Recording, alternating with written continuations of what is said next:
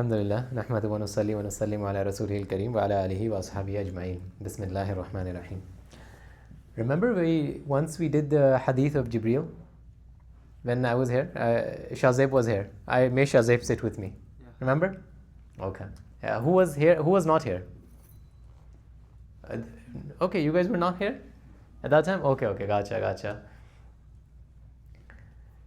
In that Hadith, one of the things that, when I don't want to repeat it because it will become too long. Inshallah, we will repeat it once more. But I'll just make a very short summary. Jibreel alayhi salam, he shows up. The Prophet is sitting, the Sahaba are around him, and he just shows up in the form of a human. And everybody's amazed. They're like, how is this person here? Who is he? We don't know him. Small community, never seen him before. And he's not a traveler because he has no signs of travel on him.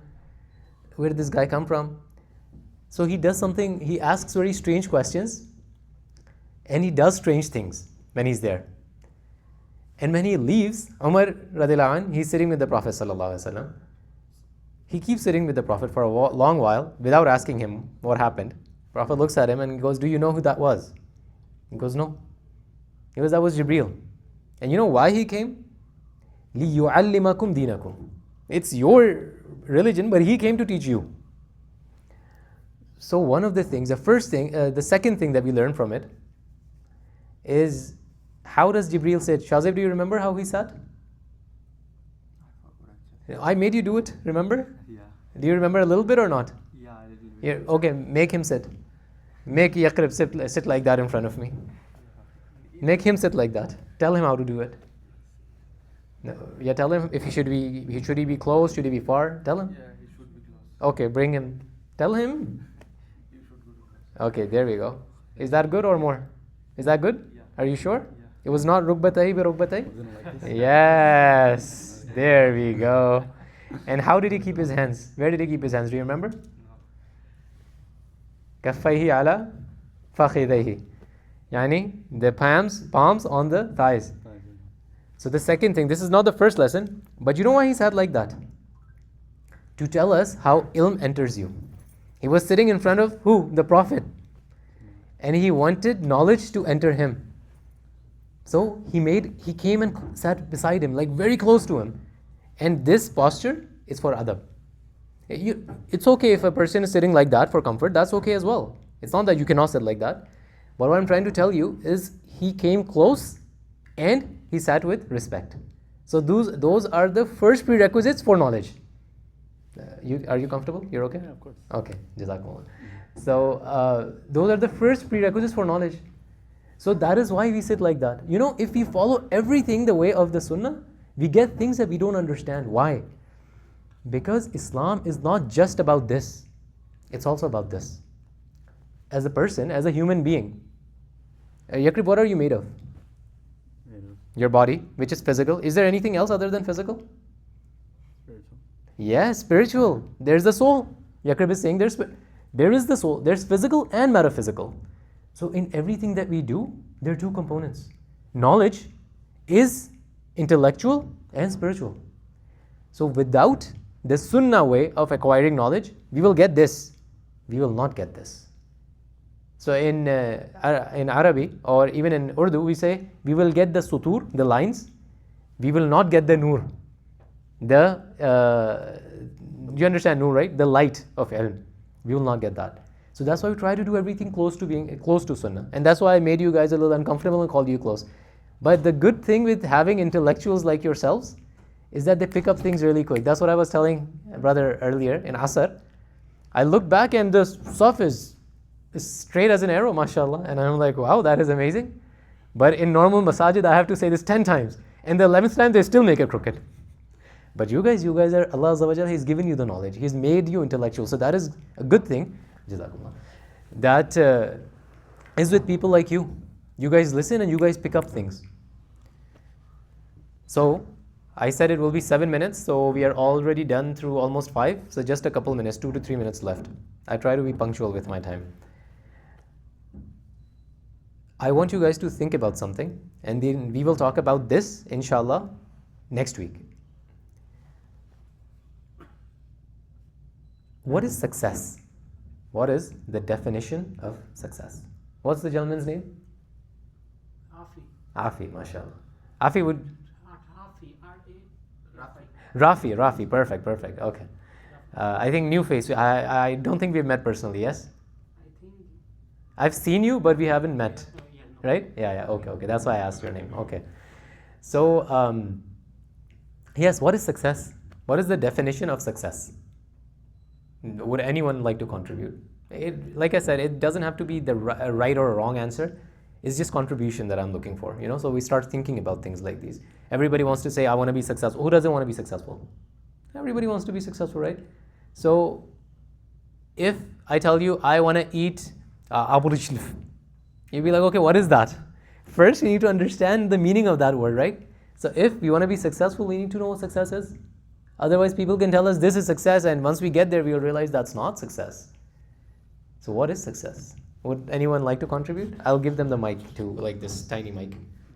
If anybody has a contribution. If not, yes, I'm going to throw it at you, you're going to catch it, and once you're done, you're going to throw it back to me. I forgot to bring the other one.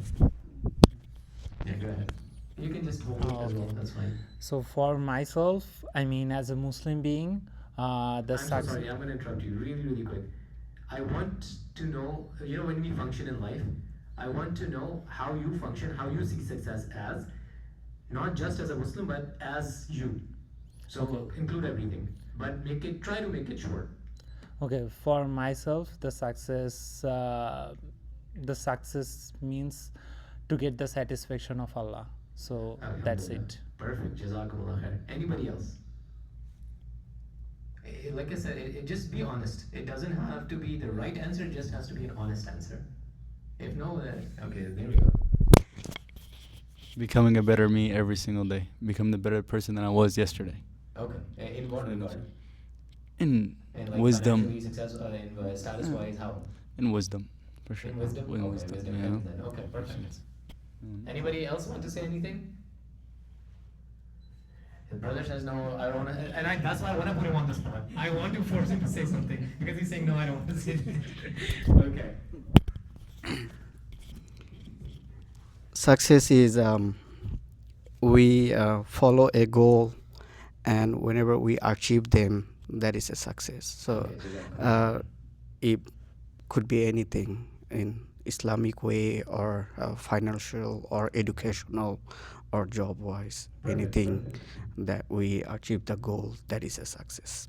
Perfect. Jazakallah. Why did you want to say you had the right answer? What the heck? Oh, because it's too valuable to give for free. I see. He wants to be successful even with the knowledge. He wants to earn something from it. I see. Okay, mashallah. Very good. So Allah Azza wa Jal, He gives us a warning. I'm just going to mention the warning and we are not going to talk about it because my time will be up by then. He says, Alhaakumut takathur. We've read this multiple times, yes? So He says there's something that will always make you heedless. And what is that? The want for more. Like brother said, that success can be anything. It can be financial, it can be status, it can be, religious growth. So Allah is saying that there's something that will make you heedless of the reality. Al-Hakum is what I translated. At-takathur, wanting more. Hatta zurtumul maqabir. And you will be in such a state that you will want more and more and more. And eventually, what will you meet? The grave. You will meet the grave. Until you enter the grave, you're going to be in this perpetual state of wanting more. When I was young, I remember, this was when I started med school. Usually medical students, they're broke. They hope to be rich one day, but they're broke. And also in this country, the loans there. So I was thinking in my first year, if I had an extra $25,000 in my bank account, I think I'd be set. I'd be so satisfied that I had, such a big cushion. Guess what? Once I had the $25,000, do you think I was satisfied? And I was like, okay, maybe I just aimed really low. Once I have double that, then I'll be fine. Tell me something. Once I had double that, was I fine? No. So that's what Allah is saying. You think you set a boundary. Once I get that, I'll be fine. It never works that way. Once you get there, you realize, no, I need more. And the Prophet ﷺ, he says it very interestingly. He says, وَلَوْ أَنَّ ابْنِ آدَمْ وَادِيًا مِّن ذَهَبٍ. If we were to give, what's the total amount of gold approximately in the world? It's about 5 Olympic-sized swimming pools. So he said, if you had a full valley of gold, thousands of swimming pools that would equate to. If you had that, you know what he want? One more. وَادِيًا آخَر. If somebody asks them, what do you want? What you want? You have this much, what do you want? He's going to be like, maybe one more valley. Then I'll be fine. And he has more than 100 times more than the gold of the world, but he wants more. So Allah Azza wa Jalla is saying, Alhaakumut takasur. You will always be heedless, because people will tell you, once you get your degree, just get your degree, you'll be fine. Once you get the degree, they'll be like, okay, just defend your dissertation, you'll be fine. Once you get that, just secure your tenure track, you'll be fine. Then you can start. Then you can start worrying about everything else, about your actual life. But will you be fine? No. It will always be something more that you will need. And that's what the world will tell you. So Allah is telling you, be careful. Don't fall into this trap, but take action right now. The time is now, not then. So inshallah, we'll talk about this more next week. I am up and I think I've gone over my time, 45 seconds over my time. So jazakumullah khair, everybody. But you know, these 45 seconds, once you're rewarded for them in the akhirah, you will hope that I went 45 minutes over my time. Okay? Jazakumullah khair. Subhanallah wa bihamdi. Subhanakallahumma wa bihamdika. Nashhadu an la ilaha illa anta nastaghfiruka wa natubu ilayk.